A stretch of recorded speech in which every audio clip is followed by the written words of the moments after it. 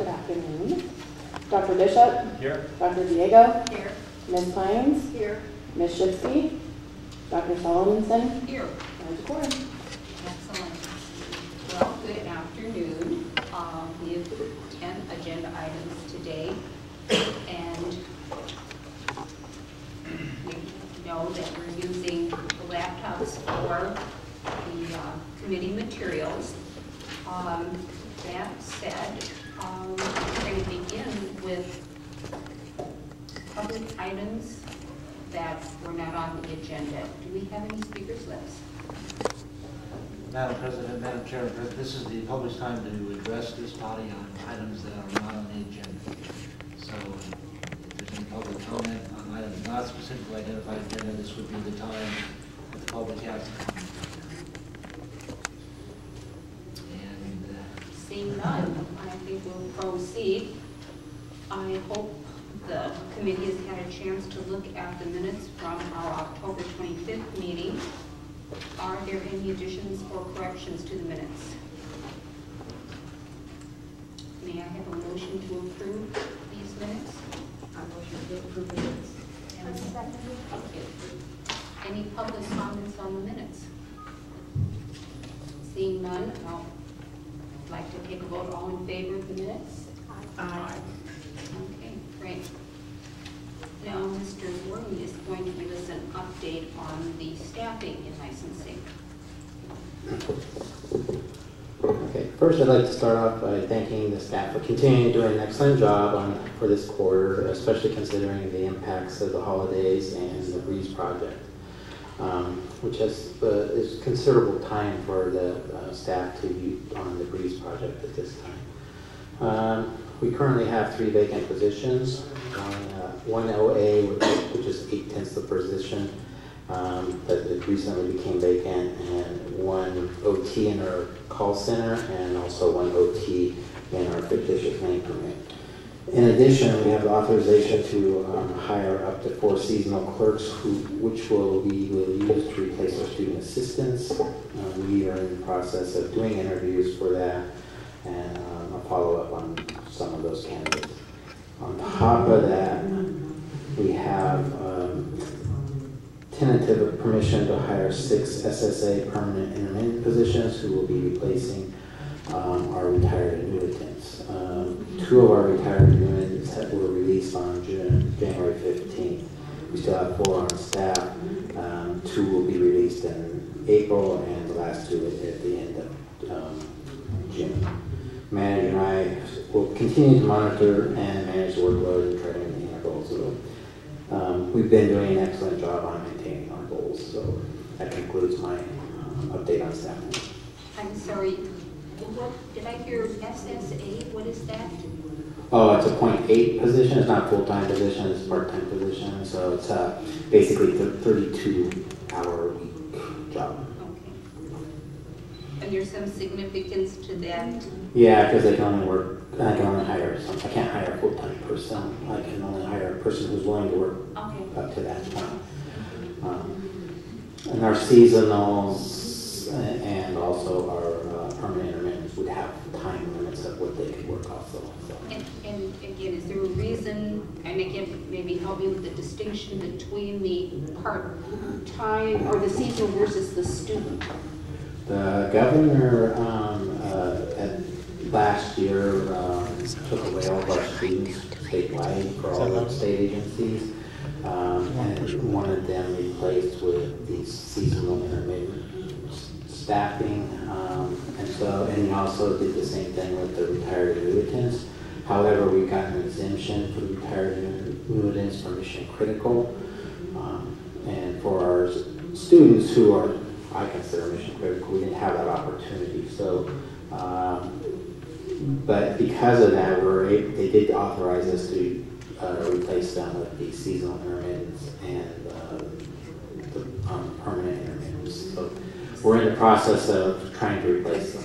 So if a seasonal intermittent wants to take classes, does that make them then ineligible to accept the employment? No, the students have a requirement of being enrolled in college, a specific number of units and a certain type of units in order to work in your particular board or bureau or department. So we had 4 student assistants who used to work for us, but they can only work for you while they're enrolled in college, maintaining a certain grade point average and stuff.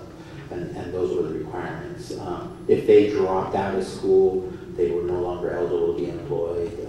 If their grades dropped below a certain point, they're no longer eligible to be employed. That's the seasonal intermittents. They're actually more of a permanent type of state employee, except they're limited in the hours they can work.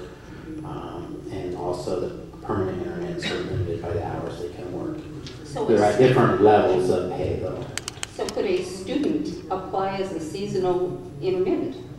If that's part of the problem with that is there's lists that are out there and that they have to be on, and within the state hiring system, there's a lot of rules about who we can hire and who we can't hire.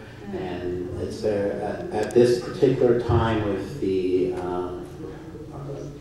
with SRA list and I'm sorry? the SRA, the SRA is the, I don't remember the exact acronym, but it's So basically. standard restriction of employment, of appointment. Basically, it's a list within a list. With SROA, there's a list that's one of persons that you have to essentially look at first. This may be potentially displaced employees, employees facing layoff with other agencies. So that is the first pool you draw from. And then if you exhaust that pool, then you can move on to the normally situated, regular situated applicant. So, And they have to reach a certain score level to be eligible to.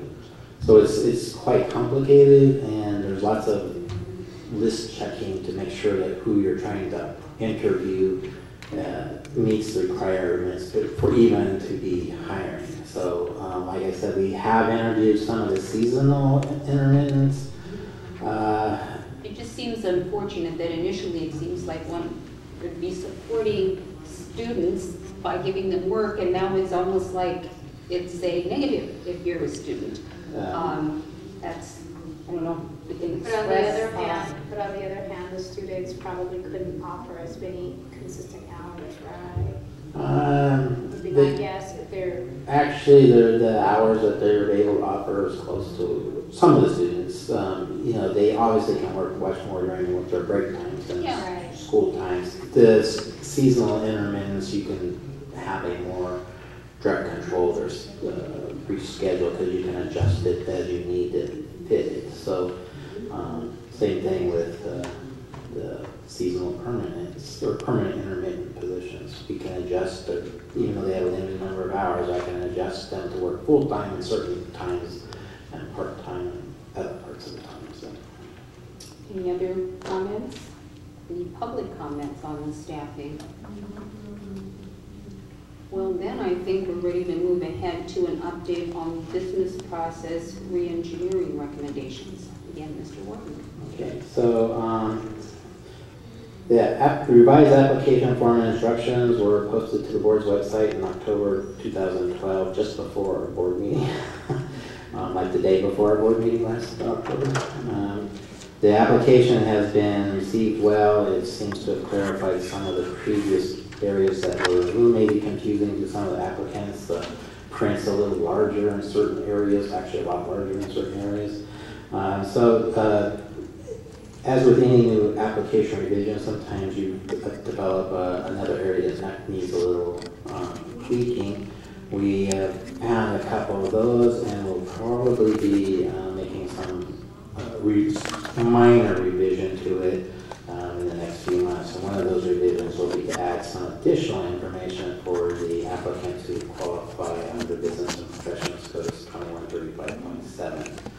So our information on that is a little bit lacking for those applicants, so we're going to enhance that for them. So, Could you refresh my memory, maybe the committee's memory on that category of applicant? yes, I can do that for you. That is for the new pathway that became effective January 1st for the applicants who either attended and or graduated from an unrecognized or disapproved medical school.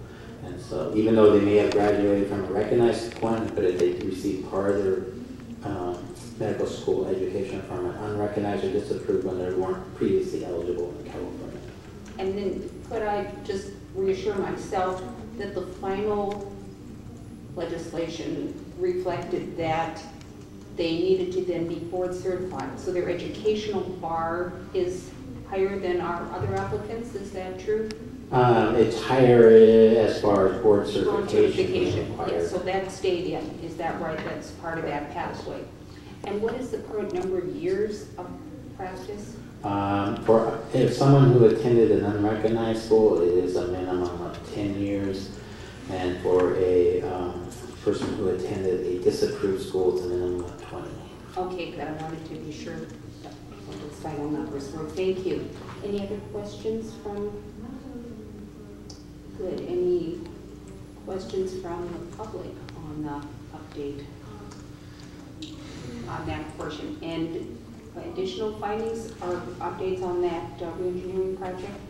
No, I'll go ahead and move to, that's sort of where we're at with that at the moment. We haven't started working on any of that because of the staffing limitations I have at the moment. But we will be working on that. For item B of the process engineering update, staff is looking at the website and has been making some updates, but also this is sort of taking a small step back due to our, we have several staff working on the new computer project, and we don't have the ability to focus on some of the changes that we plan on doing for our website, so at this time. Oh, good. Mr. Warden, sorry, I should ask this before. Have we had anybody who was interested in that process with the re-engineered separate pathway? Anybody who's applied? Yes, we have an applicant that that has met the requirements and has an application that's going to be presented to the application review committee. So just one now, but it's the tip of the iceberg. It's one now. We have some that have, actually we have two now, but one isn't submitted everything to be, but we also have a couple who don't quite meet that requirement, who had previously applied, so they're going to be advised of the new changes, and they will probably be able to meet it once they meet the minimum number of years. So, but I think everybody's sort of waiting to see. This person is one of the people that came to the board meeting, and so. And then could I ask a question about the website? Under what department, or that maybe not the correct term, the maintenance, I suppose, of the medical board website, like there's the applicant portion that's clearly in the domain of licensing, but how about the website in general? Who really is responsible for that? Is that? Well, we have to meet certain requirements that are set aside by the governor's office for our website design. Mm-hmm. In addition, the medical board's own website, most of that is controlled by the medical board's staff, with the exception of some of the physician lookup and online renewal process. That's actually housed in DCA. So when you click on it, you'll actually go from the medical board's website to a section of the DCA's website. So, but that's, so depending on where that particular function of the website's hosted, it depends on who's required. Okay, because like when there are complaints that I hear about the lookup process, to whom should that be directed? And I realize it's probably not in licensing, but since website's on here, I'm taking the liberty of.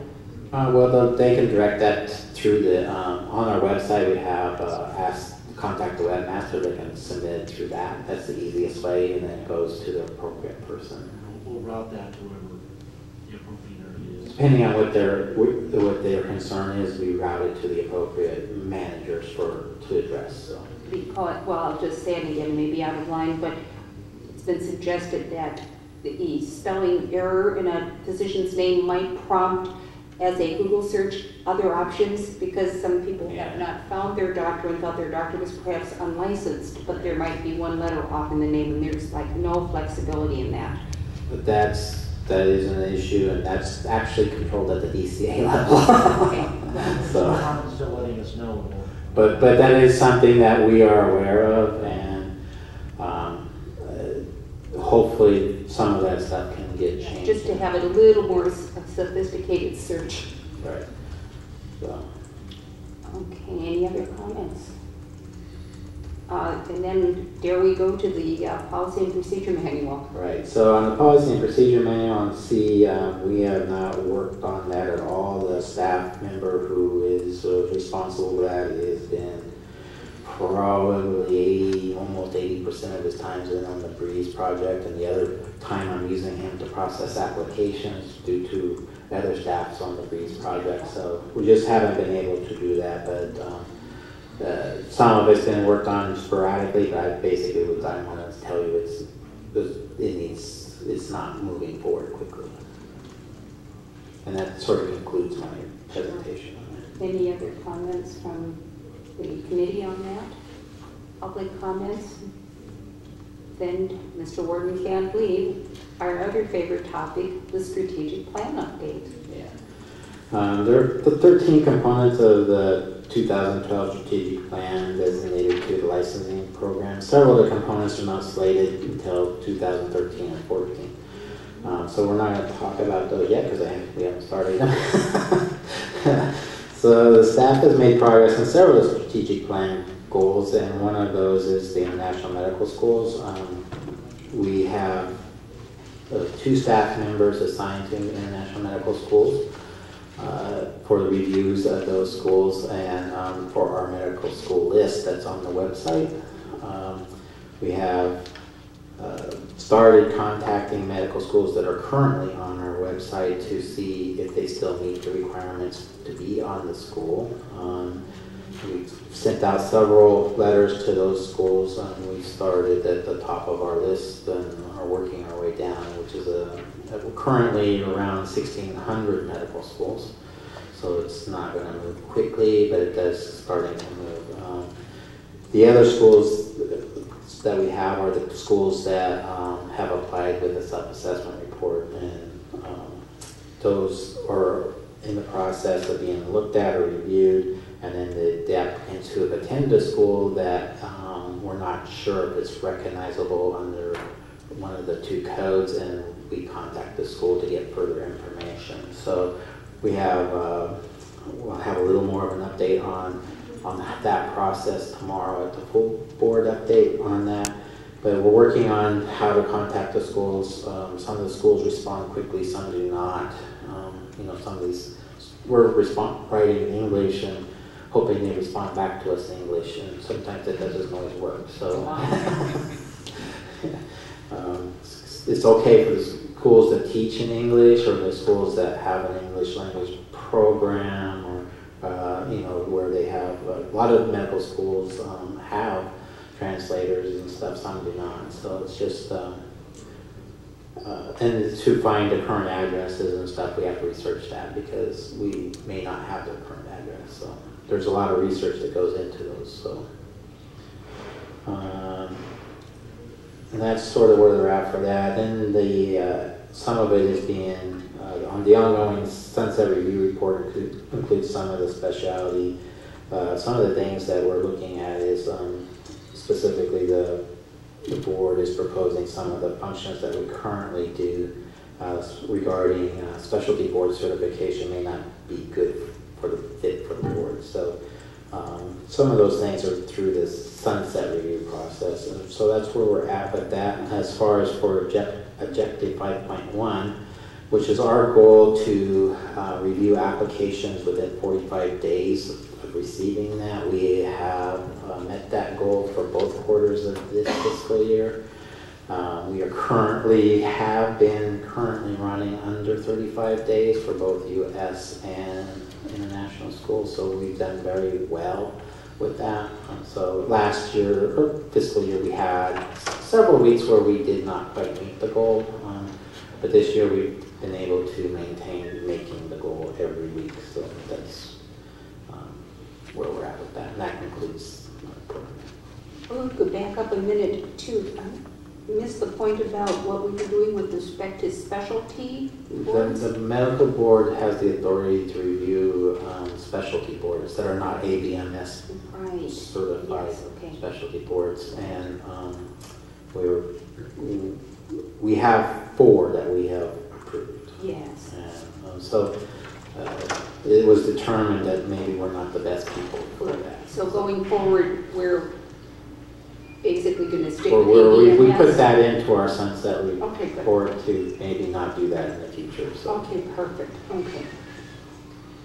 And number 7 was an item that had been requested by Ms. Shipsky at our last licensing committee, and that is physician supervision requirements for allied healthcare professions, perfusionists, and then this term that quite honestly I'm not quite sure what it is, anesthesia technologist / technician. So if you turn to page 27 of your packet, agenda item 7, it is a little board report that I prepared for you on this subject. Perfusionist is actually in the Business Professions Code, and they are required to be supervised by a licensed physician or surgeon. And since January of 1993, no person shall hold himself or herself out as a perfusionist unless they've graduated from an approved training program recognized by the Accreditation Committee on Perfusion Education and approved by the Commission on Accreditation for Allied Healthcare. We do not license these people. We do not register these people. These are just basically that law is about their education and who supervises them. So are they like registered? No, they're not. They're not registered by anybody, and they are not licensed by anybody in the state of California. So then the hospital looks at their credentials before they let them in the OR? Or? Oh, we hope so. Right? And so what is the board's interface with them then? The board doesn't really have interface with perfusionists per se. Obviously, if somebody filed a complaint against the perfusionist, the board would look at that to see if they meet the criteria for that. But we don't have, they're not a licensee. You can't take a license away that they don't have. Right. All right, and then And basically, the physician is going to be the responsible person. So. and then what is the definition of the anesthesia technologist / technician? Well, anesthesia technologists and technicians are basically assistants to either an anesthesiologist or a nurse anesthetist. And we were able to research that, and there's basically 3 types out there. There's one that's called basically the anesthesia technician, and they are not certified yet by anybody. They're just being trained maybe by the hospital. What they technically generally do is prepare the equipment ready for the surgery that the anesthesiologist needs. They might take some notes down from the patient prior for the anesthesiologist, but they're basically getting the room ready for the anesthesiologist and what they've asked for. A certified anesthesia technician has been certified by the American Society of Anesthesia Technologists and Technicians by taking a test, and they also have some education requirements to go with that, and they can be supervised. There are, once again, these individuals are not licensed or registered by anybody in the state of California. And they can be supervised by basically physicians or nurse anesthetists. So, and then the certified anesthetist technologist is a person who's gone beyond the additional training and actually do a few more things that the technician can't. So it's sort of a 3-step process. Sort of if you look at what our polysong technicians, trainees, technician, and technologists, it's sort of set up very similar to that. So, but it is not registered by anybody, and once again, no one licensed them. Any comments from our anesthesiologist member? That, we use these people a lot, and they're very important to our practice and to great folks. There's one category I think Ms. Shipke was actually alluding to that we didn't discuss right now, and that's the anesthesia assistant, which is a completely different bird. We working on already. I know the answer to that. I didn't know if I thought she was asking about the. I may be incorrect too. I thought she was asking. But I do know what that is. Might just So, clarify for the group. the I did some research on anesthesia. that too, Yeah. last meeting. The anesthesiologist assistant is very similar to a nurse anesthetist.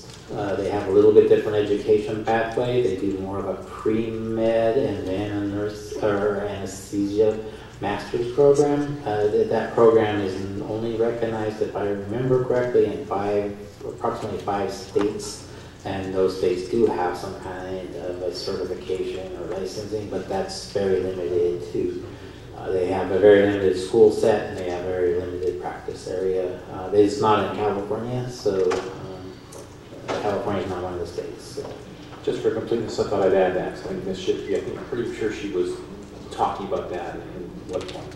I could only project that To the lay public, those categories could be confusing. Technician, assistant, technologist. I could imagine people could be confused by who, even if they're quote identifying themselves correctly, it still can be confusing as to Yes. what is the scope of practice for these individuals. Any thoughts on how we can clarify that? I guess the technician doesn't really have any patient contact.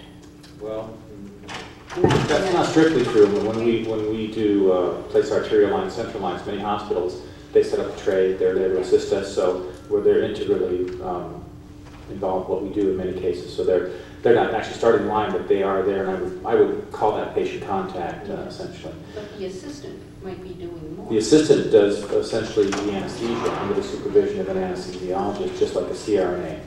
So I do think, I mean, I suggest that you're kind of moving towards, we have something on our website that would help clarify for the public what the role of these different people is. I'm not sure what the venue would be to Educate the public, but boy, I just think there could be confusing Well, things as to who comes luckily in. we're in California and we don't have those, the assistant, so.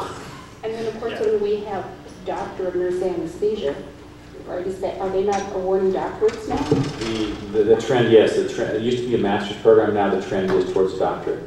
So that'll really be confusing, because if I'm Dr. Smith, I'll be doing your anesthesia. And whether it's a doctor, nurse anesthesia, or an MD doctor, that will be gone. That's the future.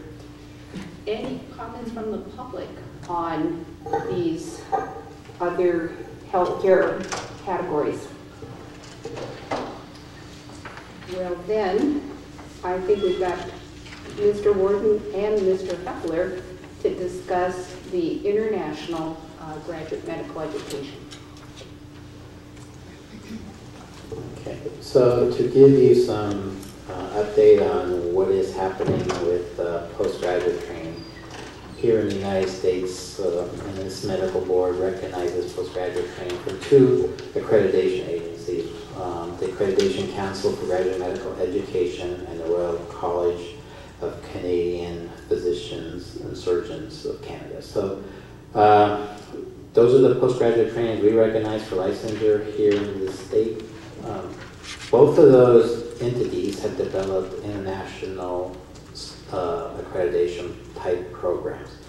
They are called the Accreditation Council for Graduate Medical Education International and the Royal College Canada International Program.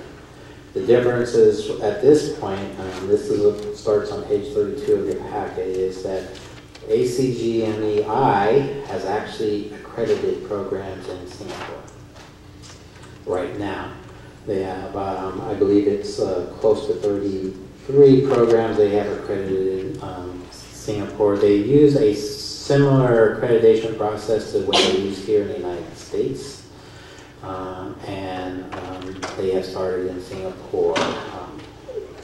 The Canadians have not accredited any programs yet, but they have set up programs in other countries. So I'm assuming, since they are in the accreditation business, that they will, after they do some monitoring of those programs, and that they hope their next step will be to start accrediting those.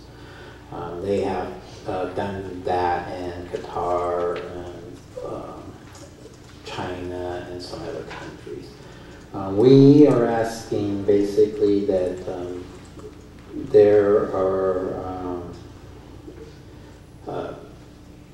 for us to watch this, or currently no other states accept either of these accreditation programs, but since these two accrediting bodies currently are what we accredit or accept, and also Canada accepts our ACGME, I'm assuming that at some point in time they're going to be trying to get acceptance for the postgraduate training here. This is going to be probably a bigger issue as more U.S. schools partner with international schools. So I believe the reason that, and this is my own personal belief, is that the ACGME started in Singapore because Duke University has a medical school in association with Singapore University that's an American-based medical school. It's taught in the American medicine style. It's a 4-year school versus University of Singapore's own medical school, which is a 6-year school. And so I believe that's why they have started doing that. They do have students there that are from the U.S. and so those are sort of some of the things we're looking at. Like I said, the Canadian program's got stuff in Australia, Haiti, Chile, India, and Saudi Arabia, China. We also know that they'll probably be hitting the United Arab Emirates area because U.S. schools have already partnered and built medical schools in those countries. So Qatar, it has a very impressive looking medical school that is in conjunction with Cornell. So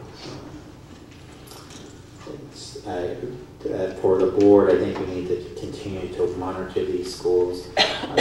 Hopefully direct staff to monitor them and to provide the updates when we have new information, so we can be more on the forefront of this instead of being retroactive, trying to catch up. So, yes, please comment.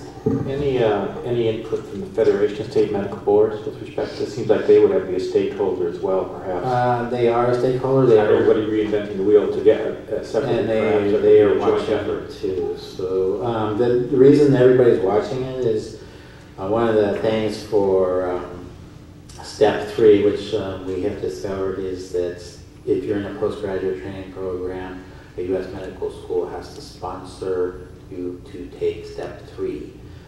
International schools don't necessarily have that sponsorship. I think the reason you need to watch this is because as some of our U.S.-based schools open these schools, they might be in the future sponsoring that. So it seems to be the next step. And we need to, I believe we need as a board to monitor that along, as I said, as you pointed out, Dr. Bishop, is that the Federation is very interested in this because, once again, these are schools that we all recognize. So we just recognize the Singapore Duke University Medical School, and they do send some of their Duke students over there to train, and they bring them back. Some of them are just apply directly there. So you don't know how it's going to work out, but it is something we should be looking into. Our specific regulation for approval of postgraduate training is what entities we use is in regulation. We currently do not recognize either international, but we do recognize the U.S. and Canadian-based ones. So it's something to watch for to see if we need to, in the future, to modify our regulation to accept these once we have more information of how it's working. And I don't want necessarily to say we should do it right now because I don't have enough information on that. Well, just, since you alluded to the USMLE Step 3, I will just remind people that in that testing process, there is no longer a test of English proficiency as a separate test. The only test of English proficiency is step 2 clinical skills. And that consists of the applicant doing physical exams and a history and physical on standardized patients. And the standardized patients report whether or not they understood the applicant. Now, the standardized patient is already knowing what the questions are going to be because they know they are the heart attack person or they are the gallbladder person. And I just have to remind people that when people felt, well, if they have at least 2 years of postgraduate in the US or Canada, the English issue becomes somewhat assessed by the postgraduate part. Depending on the international scenario, we might have people who have done none of their clinical training in an English-speaking country, and our only test of their language abilities will be this rather limited sampling at step 2 clinical skills. So without trying to be exclusionary, and again, we know there are 2 types of international students, those for whom English was their first language, either because they were born in the US and training internationally, or they may be Australian. So, I mean, we certainly recognize that, you know, but I think we just need to be aware of what that might mean in terms of communication. And we may want to step up the English assessment if there is no clinical training done within the US. Just something, again, to include in the thought process in terms of recognizing that all the training might be done internationally. Any other comments from the committee? How about public comments on the international postgraduate education? Okay, Trevor, did you have any other additional comments? Well, I was dying to say something, but Mr. Borden took the words right out. Oh, no. Well, say it again, emphasize it. What was the point that you felt Okay. was? I just want to point out, is I don't think a motion is necessary. I think the committee can just direct staff through its action to continue to monitor the situation. As periodic developments arise, to report back to the committee for guidance on what they've found so far. Well, I think, could then this be sort of continuing agenda item so that we don't have to remember to ask about it, or is that too often to report back once a year perhaps? I think we can report back to you when we develop new stuff.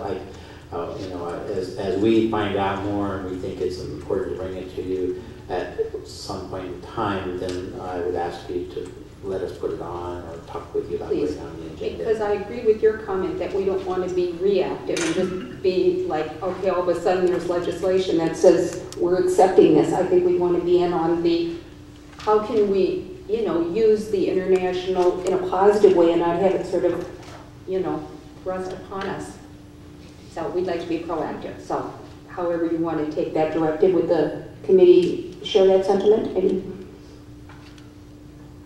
Any other things you'd like to discuss on the international scene? Not on the international. And then, I guess moving on to an update on existing statutes and regulations for board recognition of postgraduate training, both for the ACGME and the American Osteopathic Association. And there's a merger recommendation. It's actually not a merger recommendation. They are merging. Okay. So, but with that said, to give you some background on that, the DO schools had their own accreditation program for postgraduate training by the American Osteopathic Association. Most of that training programs were done in hospitals that are accredited by the American Osteopathic Association's accrediting body for hospitals, not the Joint Commission. There are some DO hospitals that are accredited by Joint Commission, but they're sort of done it as a secondary thing in order to get some ACGME accreditation. As they merge, they no longer are requiring that. So our law specifically says we recognize only ACGME accredited postgraduate training that's acquired in a hospital that is accredited by the Joint Commission. As they have merged, we're going to have postgraduate training programs in hospitals that are not Joint Commission accredited. So we will need to advise the full board of that need to modify Business Profession Code 2089.5 to include the accrediting body of the American Osteopathic Association, so that we're not excluding people from licensure because they went to postgraduate training in a hospital that wasn't accredited. Well, are they going to come to us though? I mean, I thought those DO doctors, if they're going through a DO accredited, go through DO licensure, or? Well, let me sort of explain that there's no longer going to be separate postgraduate training for DOs. Okay, it's all going to be ACGME accredited training. That doesn't mean that an MD can't go to that hospital for postgraduate training anymore because it's an ACGME program. Before it was an AOA program and they couldn't qualify for licensure by going to that program. A DO can go to the ACGME. But a DO can go to ACGME. In California, a DO can participate in either or, and most states who license DOs allow either or. But for us, as a medical board who licenses MDs, we only accepted ACGME. We did not accept the AOA accredited postgraduate training. The AOA accredited postgraduate training is going away. It is all going to be ACGME accredited. So that's why we need this our law to be updated, because not only do we say it has to be ACGME accredited, it has to be at a Joint Commission hospital. Well, most of the hospitals who had a DO accredited program are accredited by the Osteopathic Association's hospital accreditation body. So the likelihood of them all changing to JC is unlikely. However, we could end up with our MD students participating in postgraduate training at a hospital and then not be actually eligible for licensure. So what's the difference between the Joint Commission and their accredited body? Are they the same? Are they similar? They're very similar. I wouldn't say they're the same because I don't know enough about them, the two of them, but some very large hospitals are accredited by them who have training programs, and some of those hospitals actually have, like I said, have gotten 2 accreditations just so they could have both programs, but they're not going to need that anymore. I don't see them going through the expense of 2 accreditation programs to maintain one. The only, like I said, I do foresee this is coming very quickly towards us, and it's actually at a good time because we're in sunset review. It's a minor change to the law for us, but it is something that's necessary because I could foresee MD students getting into a program because they're going to be applying to the match. Right. And the match is going to be, they might match at a hospital that's accredited by the American Osteopathic Association's accreditation body. We don't want to prohibit them from getting licensed. So does staff see any concern there, or except like the need to change? I don't see any concern with their postgraduate training. They're going to be going towards the ACGME model, so I don't see that as an issue. There's about, right now in ACGME slots, there's about 1,000, according to ACGME, about 1,000 DOs in ACGME slots. So if you're adding in all the other postgraduate training that they have, for the MD students, it opens more doors up for MD students, maybe not. You don't know, but we don't want to. The main thing is we don't want to punish our MD students for going to a postgraduate training program that they think is accredited by us, but because there's a technicality in my law, I can't license them. Right. I know Mr. Hepler hates speculation, as a lawyer. But it sounds to me like the differentiation between MD and DO is progressively blurring. And of course, as you know, in California, we have a history of this where we grandfathered in all the DOs at one point in time. Irvine, I believe, was a DO college at medical school at one time. One of our universities was a DO school, and they accepted all that in. So, do we have any speculation amongst anyone that ultimately the two boards will merge?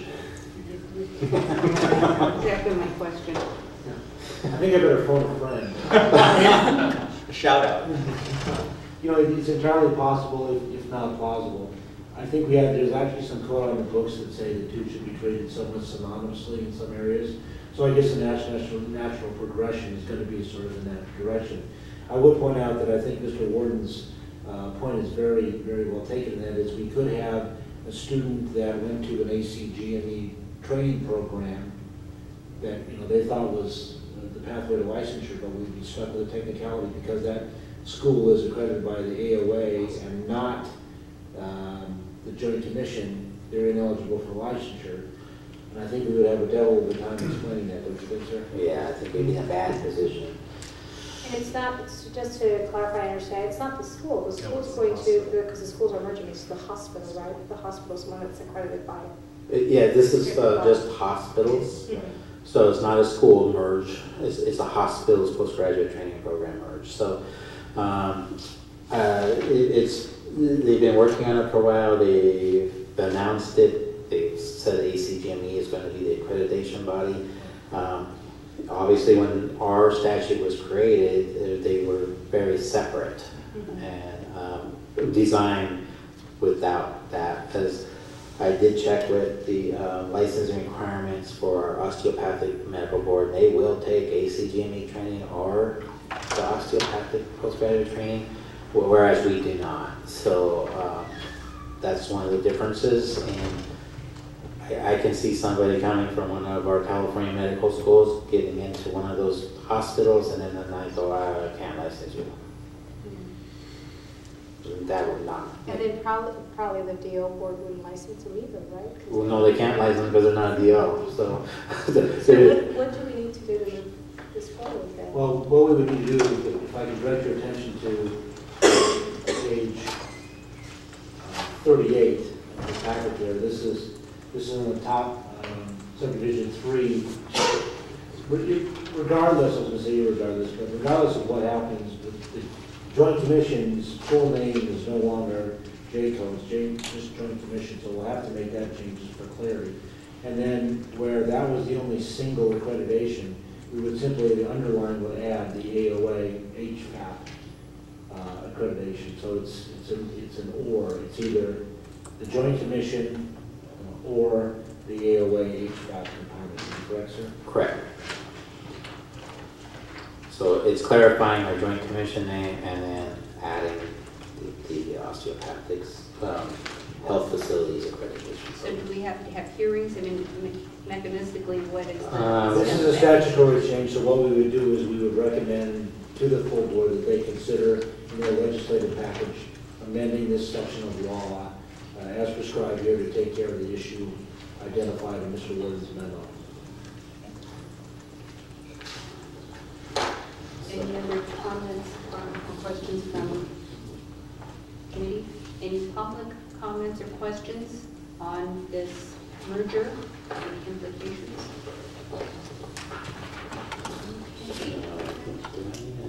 You're going to get a motion in a second. All right, so do we have a motion to proceed with making that statutory change? Any comments, public comments on that motion? Then let's have a vote. All in favor of the motion for that statutory change? Aye. No opposed, so that is carried. And I think you, just as Dr. Solomon present that to the board too. Correct, so this would be when we come up to the licensing committee update, consideration of the licensing committee. Dr. Solomon will then bring this up for full board to consider. Will do. Any suggestions for agenda items for our next board meeting, which will be April 25th and 26th.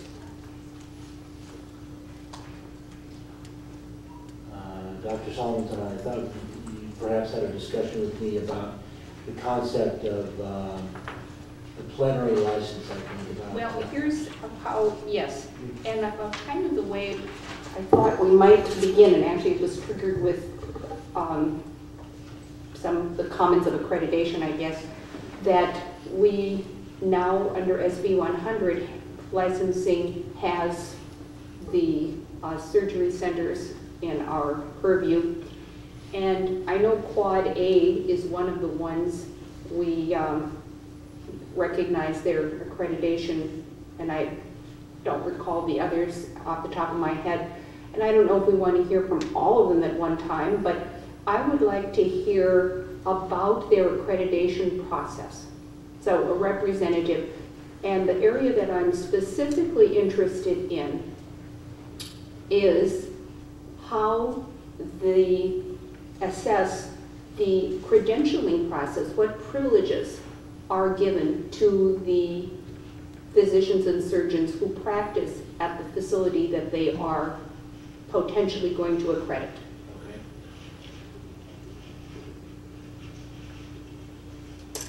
Any other potential agenda items?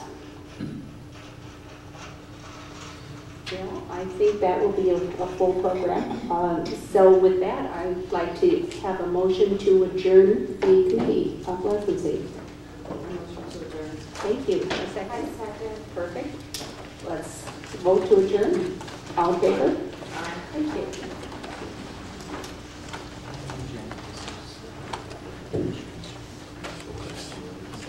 Yeah, guys, it's still separate. Yeah.